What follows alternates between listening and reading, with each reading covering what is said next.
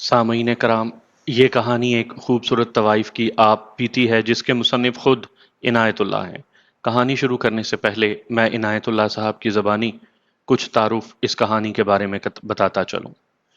اس نے مجھے اپنا نام نہیں بتایا، اس کا کوئی ایک ٹھکانہ بھی نہیں۔ جولائی 1970 میں ایک دوست نے مری میں اس خاتون سے پہلی ملاقات کروائی۔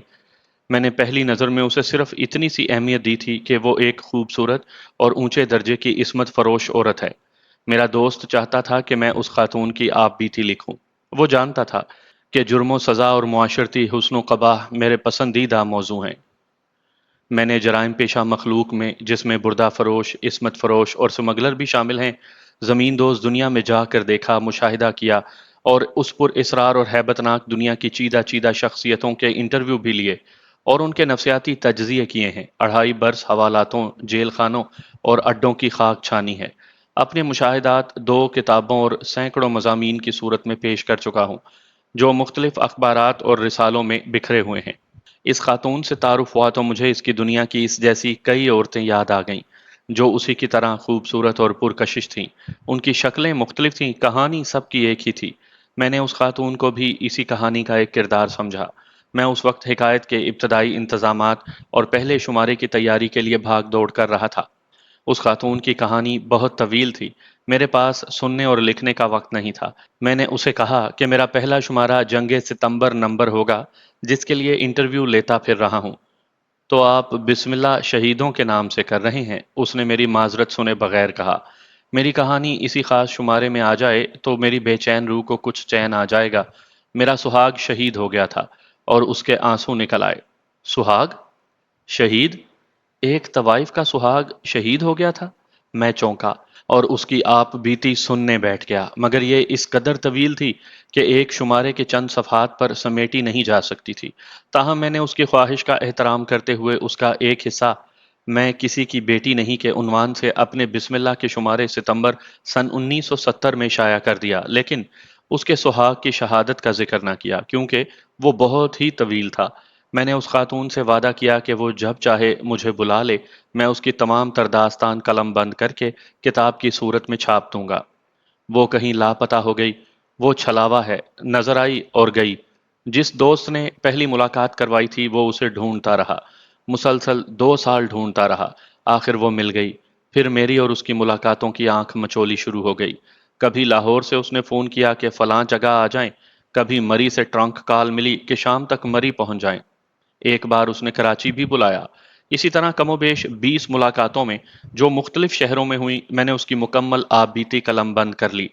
ان قارئین کے لیے جو یہ کہانی ستمبر 1970 کے شمارے میں نہیں پڑھ سکے تھے، میں نے مئی 1974 کے شمارے میں اس اعلان کے ساتھ چھاپ دی کہ یہ کتابی صورت میں شائع کی جا رہی ہے۔ میں یہ داستان اسی کی زبانی پیش کر رہا ہوں۔ کسی رائے اور کسی تبصرے کی ضرورت نہیں۔ اتنا ضرور کہوں گا کہ یہ آپ بیتی صرف اس خاتون کی نہیں، یہ ہمارے معاشرے اور ہماری بدعمالیوں کی روداد ہے۔ میں یہ روداد کیوں پیش کر رہا ہوں؟ اس سوال کا جواب اس خاتون کے الفاظ میں سنیے۔ میں نے یہ کہانی اس لیے نہیں سنائی کہ آپ مجھ پر لعنت بھیجیں یا مجھ سے ہمدردی کریں۔ میرا مقصد یہ ہے کہ اپنے بچوں اور بچیوں پر رحم کریں، مجھ سے عبرت حاصل کریں، میری کہانی پڑھ کر اپنے گریبان میں منہ ڈالیں اور سوچیں کہ لعنت کی حقدار میں ہوں یا کوئی اور۔ میں تو بھنگن ہوں، جو آپ ہی کے گھروں کی غلاظت سے بھرا ہوا ٹوکرا سر پر اٹھائے آپ کے قریب سے گزرتی ہوں تو آپ ناک پر ہاتھ یا رومال رکھ کر مجھ سے دور بھاگتے ہیں۔ صرف مجھے عصمت فروشی کے جرم میں گرفتار کر کے آپ کی سوسائٹی پاک نہیں ہو جائے گی۔ ذرا دیکھیں کہ غیر قومیں کس طرح آپ کی نئی پود کو اپنے سانچے میں ڈھال رہی ہیں۔ مجھ پر فتویٰ صادر کرنے سے پہلے ان تمام جگہوں کو دیکھیں جن کی میں نے نشاندہی کر دی ہے۔ میری کہانی نرالی یا نئی نہیں، آپ کی سوسائٹی ایسی کہانیوں سے بھری پڑی ہے۔ فرق صرف یہ ہے کہ میں نے اپنی داستان سنا دی ہے۔ حکایت میں اس خاتون کی آپ بیتی دوبارہ شائع ہوئی تو حکایت کے پتے پر اس کے نام سینکڑوں خطوط آئے۔ ان میں 4 حضرات نے تو اس خاتون کو توبہ کرنے اور 5 وقت نماز پڑھنے کی تلقین کی ہے اور یہ مژدہ سنایا ہے کہ خدا اس کے گناہ معاف کر دے گا۔ 2 جوشیلے نوجوانوں نے ان تمام افراد کو قتل کرنے کی پیشکش کی ہے جنہوں نے اس خاتون کو دھوکے دیے ہیں، اور باقی 203 حضرات نے اس کے ساتھ شادی کرنے کی خواہش ظاہر کی ہے۔ میں نے اسے یہ تمام خطوط دکھائے۔ اس نے ہر خط توجہ سے پڑھا۔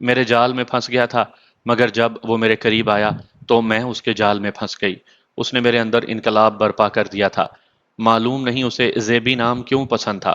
وہ مجھے زیبی کہنے لگا تو یہ نام مجھے بہت اچھا لگنے لگا۔ ہم نے شادی کرنے کا فیصلہ کر لیا تھا، لیکن وہ اپنا ایک فرض ادا کر کے شادی کرنا چاہتا تھا۔ اگست سن 1965 میں مجھے یہ کہہ کر مقبوضہ کشمیر چلا گیا تھا کہ واپس آ کر شادی کروں گا، مگر وہ نہیں آیا۔ آج تک نہیں آیا اور وہ کبھی نہیں آئے گا۔ وہ مقبوضہ کشمیر میں شہید ہو گیا تھا۔ اس کی مکمل کہانی آگے چل کر سناؤں گی۔ اس کی یاد آتی ہے تو تڑپ جاتی ہوں۔ مجھے اس سے زیادہ سخت سزا اور کیا ملے گی کہ میں شہید کی بیوی نہ کہلا سکی۔ اب اپنے وجود کو ایک شہید کے ساتھ وابستہ کرتے مجھے شرم آتی ہے۔ یوں تو میری ساری زندگی ایک المیہ ہے، مگر میری زندگی کے کچھ لمحے ایسے ہیں جو رنج و الم سے بھرپور ہیں۔ پہلا حادثہ تو بچپن میں پیش آیا تھا۔ سکھوں نے میرا گھر جلا ڈالا تھا، میرا سکول جلا ڈالا تھا اور ہم پیادہ پاکستان تک آئے تھے۔ 4 سال گزرے، میرے والد صاحب فوت ہو گئے ہیں۔ مرحوم وقت سے پہلے بوڑھے ہو گئے تھے۔ انہیں میرا غم اندر ہی اندر کھا رہا تھا۔ یہ بالکل صحیح ہے کہ بیٹیوں کے باپ کی عزت کچے دھاگے سے لٹک رہی ہوتی ہے۔ جوان بیٹی کسی بھی وقت یہ دھاگا توڑ سکتی ہے۔ میں نے لڑکپن میں ہی باپ کی عزت کا دھاگا توڑ دیا تھا۔ یہی روگ انہیں اتنی جلدی قبر میں لے گیا ہے۔ مجھے صرف یہ غم نہیں کہ میرے والد صاحب فوت ہو گئے ہیں، دکھ یہ بھی ہے کہ میں نے انہیں مرتے نہیں دیکھا، ان کی میت نہیں دیکھی، اپنی ماں کو روتے نہیں دیکھا۔ میں اس وقت سے کچھ عرصہ پہلے گھر سے دھتکاری گئی تھی۔ میں نے والد صاحب کی میت کے پاس کھڑے ہو کر بین نہیں کیے، بھائیوں کے گلے لگ کر رو نہیں سکی، ان کا منہ نہیں دیکھ سکی۔ میں نہیں کہہ سکتی کہ انہوں نے مجھے مرنے سے پہلے یاد کیا تھا یا نہیں۔ ہو سکتا ہے انہوں نے آخری وقت خدا کا شکر ادا کیا ہو کہ وہ اس دنیا سے جا رہے ہیں۔ میرا ناپاک وجود ان کے لیے سراپا روگ تھا۔ میرے گناہوں کی ذمہ داری ان پر بھی عائد ہوتی ہے، لیکن میں نے اب سب کے گناہ اپنے حساب میں لکھ لیے ہیں۔ محض اتفاق تھا کہ مجھے والد صاحب کی وفات کی اطلاع مل گئی۔ میں تو اپنے گھر، محلے اور برادری کے لیے چھلاوا بن گئی تھی۔ میں کبھی کبھی کسی کو دیکھ لیتی تھی، مجھے کوئی نہیں دیکھ سکتا تھا۔ ایک روز اپنی ایک پرانی سہیلی نظر آ گئی، مجھ سے رہا نہ گیا۔ میں ایک باغ میں شکار کی تلاش میں گھوم پھر رہی تھی۔ اپنی جان پہچان کے لوگ نظر آتے رہتے تھے، لیکن برقعے میں مجھے کوئی پہچان نہیں سکتا تھا۔ یہ سہیلی نظر آئی تو مجھے بچپن یاد آ گیا۔ بڑی پیاری سہیلی تھی۔ میں نے اسے روک لیا، چہرے سے نقاب نہیں ہٹایا، اسے بلایا تو اس نے مجھے پہچان لیا۔ پہلے تو حیران ہوئی، پھر رو پڑی۔ اس نے مجھ سے پوچھا کہ میں کہاں ہوں، شادی کر لی ہے، خاوند کیسا ہے، گھر کیوں نہیں آتی؟ میں نے جھوٹے جواب دیے اور اسے یہ نہیں بتایا کہ میں نے شادی تو نہیں کی، لیکن خاوندوں کی کمی نہیں۔ اس نے بتایا کہ میرے والد صاحب فوت ہو گئے ہیں۔ وہ ہمارے محلے کی رہنے والی تھی۔ اس نے یہ بھی بتا دیا کہ جنازہ کل 10 بجے اٹھے گا۔ میں دوسرے دن 10 بجے قبرستان کے راستے میں جا کھڑی ہوئی۔ کوئی 1 گھنٹے کے بعد جنازہ آیا۔ میں نے اپنے دونوں بھائیوں کو اور محلے کے بہت سے لوگوں کو دیکھا۔ میں نے برقعوں کے دونوں نقاب گرائے ہوئے تھے۔ جنازہ دیکھ کر میں تیز تیز قدم اٹھاتی قبرستان کی طرف چل پڑی۔ قبرستان دور نہیں تھا۔ وہاں جا کر میں جنازگاہ کے قریب ایک قبر پر کھڑی ہو گئی تاکہ کوئی شک نہ کرے۔ جنازہ میرے پاس سے گزرا تو بڑی مشکل سے اپنے آپ کو قابو میں رکھا۔ میں بھاگ کر والد صاحب کی میت کے پاؤں پر سر رکھ کر معافی مانگنے کو بےتاب ہو گئی۔ باپ بیٹی کی لمبی جدائی کے بعد آخری بار اسی طرح ملنا تھا۔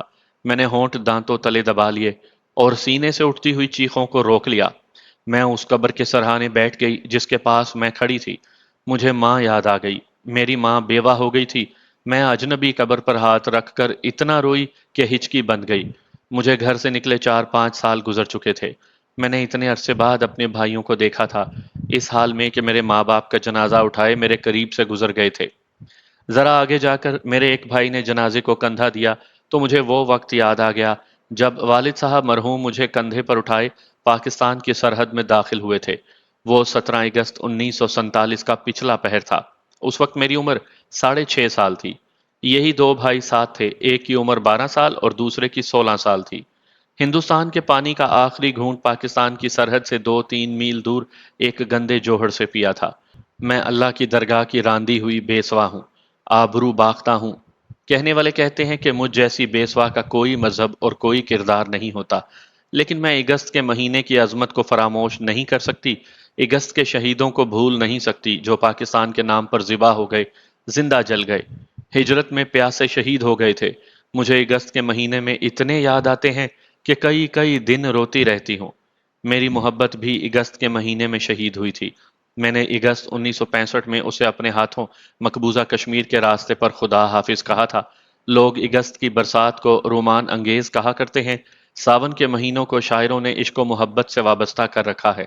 مگر ساون کا می برستا ہے تو میں کہا کرتی ہوں کہ آسمان رو رہا ہے۔ میں جب تک آپ کو اگست 1947 کی ساری رودات نہیں سناؤں گی، اپنی کہانی کو مکمل نہیں سمجھوں گی۔ میں نے ہندوستان کے ایک گندے جوہر کا ذکر کیا ہے جس سے میں نے پانی پیا تھا۔ اس سے 15 میل دور ایک قصبہ ہے، میں اس کا نام نہیں بتاؤں گی۔ میں 2 بھائیوں کے بعد اس قصبے میں پیدا ہوئی تھی۔ مجھے یقین ہے کہ میری پیدائش پر میرے والدین نے کوئی خوشی نہیں منائی ہوگی۔ ہمارے ہاں لڑکیوں کی پیدائش پر خوشی نہیں منائی جاتی۔ بعض گھروں میں ماتم تک کیا جاتا ہے۔ والدین کو یہی ڈر ہوتا ہے کہ لڑکی مجھ جیسی نکلی تو کسی کو منہ دکھانے کے قابل نہیں رہیں گے۔ اگر میرے والدین نے میری پیدائش پر خوشی نہیں منائی تھی تو اچھا کیا تھا۔ میں نے بڑی ہو کر انہیں بدنامی کے سوا دیا ہی کیا ہے؟ ہمارے قصبے میں ایک چھوٹا سا اسکول تھا۔ اسے میں اسکول اس لیے کہتی ہوں کہ یہ مسجد نہیں تھی۔ ماحول مسجد والا ہی تھا۔ جوں جوں میری عمر آگے بڑھتی جا رہی ہے، یہ سکول میری یادوں پر غالب آتا جا رہا ہے۔ ذہن میں اس کا تصور دن بدن صاف اور واضح ہوتا جا رہا ہے۔ بوڑھا سا ایک استاد ہمیں عربی اور اردو کا قاعدہ پڑھایا کرتا تھا اور گنتی بھی یاد کرواتا تھا۔ اس اسکول کی 4 جماعتیں تھیں۔ پہلی جماعت میں بچے اور بچیاں اکٹھے پڑھتے تھے، دوسری جماعت سے کلاسیں الگ ہو جاتی تھی۔ ہم چٹائیوں پر بیٹھا کرتے تھے۔ یہ اسکول ایک پرانے مکان میں تھا۔ قصبے کے مسلمان اسے خود ہی چلا رہے تھے۔ مذہب اور اردو زبان پر زیادہ زور دیا جاتا تھا۔ میں نے پہلی جماعت اس اسکول میں پڑھی اور دوسری جماعت میں چلی گئی جہاں صرف لڑکیاں تھیں۔ ہماری تعداد کل 16 تھی۔ اس وقت لڑکیوں کو پڑھانے کا رواج نہیں تھا۔ میرے والد صاحب کہا کرتے تھے کہ وہ زمانہ گزر گیا ہے جب لڑکیوں کو ان پڑھ رکھ کر 12-13 سال کی عمر میں پردے میں بٹھا لیا جاتا تھا اور پھر وہ ساری عمر گھر کی قید میں گزار دیا کرتی تھی۔ مجھے کچھ علم نہیں تھا کہ ملک میں کیا ہو رہا ہے اور کیا ہونے والا ہے۔ 6-7 سال کی عمر کے بچوں کو سیاسی سرگرمیوں سے کیا واسطہ؟ مگر ملک میں سیاسی انقلاب آیا تو مجھ جیسے نہ جانے کتنے ہزار یا کتنے لاکھ بچے کچلے گئے، ذبح ہو گئے اور زندہ جل گئے۔ میں اپنے بچپن کا وہ دن ہزار کوشش کروں تو بھی ذہن سے نہیں نکال سکتی جس دن میرے چھوٹے سے اسکول کو سکھوں نے آگ لگا دی تھی۔ اس وقت اسکول خالی تھا۔ ہمیں 2 دن پہلے ہی ماں باپ نے اسکول جانے سے روک دیا تھا۔ گرمیوں کی چھٹیاں ختم ہو گئی تھی۔ ہمیں مزید چھٹیوں کی خوشی ہوئی، لیکن ہمیں یہ نہیں بتایا گیا کہ اسکول کیوں بند ہے۔ مجھے یہ بھی یاد ہے کہ ہمارے والدین گھبرائے گھبرائے سے تھے۔ انہوں نے ہمیں گھروں سے دور جانے سے بھی منع کر دیا تھا۔ میرے والد صاحب گھر سے 60 میل دور سرکاری ملازمت میں تھے۔ وہ بگڑتے ہوئے حالات کی وجہ سے 1 مہینہ چھٹی لے کر گھر آ گئے تھے۔ انہیں دیکھ کر میں بہت خوش ہوئی تھی۔ وہ مجھ سے بہت ہی پیار کرتے تھے، مگر اس دفعہ آئے تو ان کا رنگ اڑا ہوا تھا اور وہ کھوئے کھوئے تھے۔ پھر وہ دن آیا کہ باہر غل گپاڑا اور بھاگ دوڑ سنائی دی۔ کسی نے بتایا کہ سکھوں نے ہمارے اسکول کو اور 2 مسجدوں کو آگ لگا دی ہے۔ والد صاحب گھر نہیں تھے اور میرے دونوں بھائی بھی گھر میں نہیں تھے۔ میری امی پردہ کرتی تھیں۔ وہ برقعے کے بغیر باہر کو دوڑ پڑیں۔ اس نے میری پرواہ ہی نہ کی۔ اس کی گھبراہٹ دیکھ کر میں روتی اس کے پیچھے باہر چلی گئی۔ مجھے یاد ہے کہ گلی عورتوں اور بچوں سے بھری ہوئی تھی، ان میں کچھ مرد بھی تھے۔ میری امی اس ہجوم میں غائب ہو گئی تھیں، لیکن جلد ہی مجھے نظر آ گئیں۔ میرے والد صاحب اسے ساتھ لا رہے تھے۔ امی رو رہی تھی اور میرے بھائیوں کے متعلق پوچھ رہی تھی۔ گلی میں جو عورتیں تھیں وہ سب چلا رہی تھیں۔ وہ اپنے خاوندوں اور بیٹوں کو پکار رہی تھیں۔ والد صاحب اور امی اندر لے گئے اور والد صاحب نے بتایا کہ سکھوں نے ہمارے اسکول اور 2 مسجدوں کو آگ لگا دی ہے۔ والد صاحب نے یہ بھی بتایا کہ سکھوں نے قصبے کے مسلمانوں سے کہا ہے کہ مسلمان اگر زندہ رہنا چاہتے ہیں تو شام تک یہاں سے چلے جائیں، ورنہ سب کو قتل کر دیا جائے گا۔ یہ 15 اگست 1947 کا دن تھا۔ اس روز ہندوستان میں آزادی کا پہلا دن منایا جا رہا تھا۔ ہمارے شہر میں ہندوستانیوں نے ہماری 2 مسجدیں اور ایک اسکول جلا کر آزادی کی تقریب منائی۔ پاکستان میں آ کر مجھے پتا چلا تھا کہ 15 اگست کے روز سارے ہندوستان میں ہندوستانیوں نے مسلمانوں کے خون سے ہولی کھیلی تھی، اور یہ خونی کھیل بہت دن تک جاری رہا تھا۔ اس روز ہمارے ہاں سکھوں نے مسلمانوں پر بہت بڑا احسان کیا کہ انہیں زندہ نکل جانے کی مہلت دے دی۔ انہوں نے کہا تھا کہ ہم نے بہت اچھا وقت گزارا ہے، اس لیے ہم نہیں چاہتے کہ ہمارے ہاتھ مسلمانوں کا خون ہو۔ سکھوں نے اسکول اور مسجد کو وارننگ کے طور پر آگ لگائی تھی۔ اپنے گھر سے کون نکلنا چاہتا ہے؟ سورج غروب ہونے تک مجھے معلوم نہیں کہ کتنے مسلمان گھروں سے نکل کر پاکستان کی طرف چلے گئے، البتہ ہم نہیں نکلے۔ پھر ایک بڑے ہی ڈراؤنے خواب کی طرح مجھے یاد ہے کہ رات کو میں گہری نیند سوئی ہوئی تھی، ایک زور کے جھٹکے سے میری آنکھ کھل گئی۔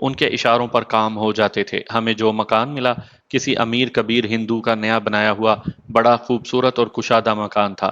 اتنا خوبصورت گھر دیکھ کر مجھے جو خوشی ہوئی وہ میں بیان نہیں کر سکتی۔ اس میں سارا سامان اور فرنیچر یوں کرینے سے رکھا ہوا تھا جیسے اس میں رہنے والے ابھی یہاں سے نکلے ہوں اور گھر ہمارے لیے سجا گئے ہوں۔ یہ گلبرگ اور ماڈل ٹاؤن کی طرح کوٹھی نہیں تھی، محلے کا ایک مکان تھا، لیکن کوٹھی اس کا کیا مقابلہ کرے گی؟ نئی طرز کے صوفے اور پلنگ، ڈائننگ ٹیبل، خوبصورت کرسیاں، چپس کا فرش، ہر کمرے میں چھت کا پنکھا، بیت الخلا اور غسل خانہ اس قدر دلکش تھے کہ مجھے ان کے استعمال پر رشک ہوتا تھا۔ چھت کے ساتھ فوارہ لگا ہوا تھا، کمرے 8 تھے، 5 نیچے 3 اوپر۔ یہ گھر دیکھ کر میں اس گھر کو بھول گئی جو ہندوستان میں ہم چھوڑ آئے تھے۔ ہم غریب لوگ تو نہیں تھے، درمیانہ طبقے سے تعلق رکھتے تھے۔ مکان پرانی طرز کا تھا مگر پاکستان کا یہ مکان دیکھ کر مجھے یہ احساس ہوا کہ ہم غریبی سے نکل کر آئے ہیں۔ مجھے سارا پاکستان اس گھر کی طرح خوبصورت دکھائی دینے لگا، اور یہ تھا وہ گھر جس نے مجھے بے گھر کیا، کہیں کا نہ چھوڑا۔ آج اس غریبانہ سے مکان کو ڈھونڈ رہی ہوں جو میں ہندوستان میں چھوڑ آئی تھی۔ یوں لگتا ہے جیسے ہم وہاں اپنا سامان، ٹرنک، بستر اور چارپائیاں نہیں چھوڑ آئے بلکہ اپنی عزت، خاندانی شرافت اور معصومیت وہیں چھوڑ آئے ہیں۔ پاکستان کے اس مکان نے ہمارے دماغ خراب کر دیے اور ہم متوسط طبقے سے ایک ہی جست میں نکل کر امیر بن گئے۔ پاکستان بنا تو مسلمانوں کا بہت کشت و خون ہوا، انسان کی تاریخ میں شاید اس سے بھی زیادہ قتل و غارت ہوئی ہوگی، میں نہیں جانتی۔ میں کہتی ہوں کہ ایسی قتل و غارت جو ہندوستان میں ہوئی شاید اس سے پہلے نہیں ہوئی ہوگی۔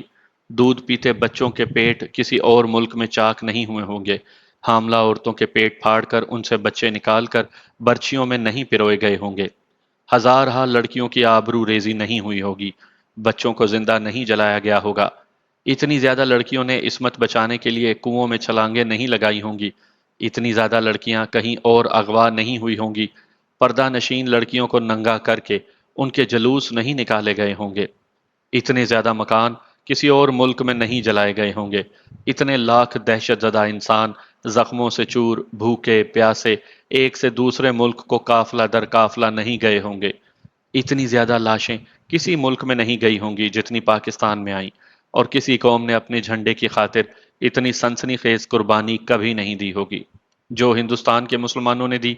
مگر ایک اور حادثہ بھی ہوا جو کم ہی لوگ محسوس کر سکے، وہ یہ تھا کہ سرحد پار معمولی سے مکانوں میں رہنے والے لوگ پاکستان میں محل جیسے مکانوں کے مالک بن گئے، اور بعض محل جیسے مکانوں میں رہنے والے ایک مدت ریفیوجیز کیمپوں میں پڑے رہے، پھر جھگیوں، تنگ و تاریک کوارٹروں یا معمولی سے مکانوں میں جا کر آباد ہوئے۔ ان کی بد نصیبی یہ تھی کہ میرے والد صاحب کی طرح وہ ایسے محکمے کے ملازم نہیں تھے جو چٹان سے دودھ کی نہر نکال سکتا ہے، وہ چالاکی اور ہاتھ کی صفائی سے بھی ناآشنا تھے۔ وہ صبر و تحمل سے بیٹھے رہے کہ ان کی قربانی رائے گاہ نہیں جائے گی اور انہیں ان کا حق مل جائے گا، مگر وہ آسمان سے ایسے گرے کہ کھجور میں بھی نہ اٹکے، سیدھے زمین پر آ رہے اور پھر زمین کے کیڑے مکوڑے بن گئے۔ مگر میں اس باپ کی بیٹی تھی جو محکمے کی کدال سے چٹان سے دودھ نکال سکتا تھا۔ ہمیں محل جیسا مکان مل گیا جس میں فرنیچر کے علاوہ ٹرنک بھی تھے اور گدوں رضائیوں سے بھری ہوئی بہت بڑی پیٹی بھی۔ ٹرنکوں میں ریشمی کپڑے اور ساڑیاں تھیں، پھر ہم امیر کیوں نہ کہلاتے؟ اس کے ساتھ ہی خدا نے ہم پر ایک اور کرم کیا، وہ یہ کہ میرے والد صاحب کو اتنی ترقی مل گئی جو وہ ہندوستان میں خواب میں بھی نہیں دیکھ سکتے تھے۔ یہ ترقی صرف مالی نہیں بلکہ عہدہ تھا، ترقیاں ملنی ہی تھی، ہر محکمے میں ہندو زیادہ تھے۔ میرے والد صاحب کا محکمہ تو ہندوؤں سے بھرا ہوا تھا، وہ سب ہندوستان چلے گئے، دفتروں کا نظام چلانے کے لیے پرانے آدمیوں سے آسامیاں پر کی گئیں اور نیچے والے درجوں کو نئی بھرتی سے پر کیا گیا۔ میرے والد صاحب کی سروس بہت ہو چکی تھی، وہ افسری کے درجے تک پہنچ گئے، مگر ان کا اور میرے بڑے بھائی کا دماغ افسری سے بھی چند درجے اوپر چلا گیا، جس کا احساس مجھے اس وقت ہوا جب میں افسری اور امیری کے نشے میں اپنی عصمت لٹا چکی تھی اور میں اس مقام تک پہنچ چکی تھی جہاں سے میرا واپس آنا اور شریف لڑکی کہلانا ناممکن ہو گیا تھا۔ میں نے اپنے والد صاحب میں ایک نمایاں تبدیلی دیکھی، وہ سیدھے سادے طریقے سے باتیں کیا کرتے تھے اور سادہ سا لباس پہنا کرتے تھے، مگر ترقی ملی تو ان کی سادگی ختم ہو گئی، سوٹ پہننے لگے، ٹائی باندھنے لگے اور باتیں مصنوعی طریقے سے کرنے لگے۔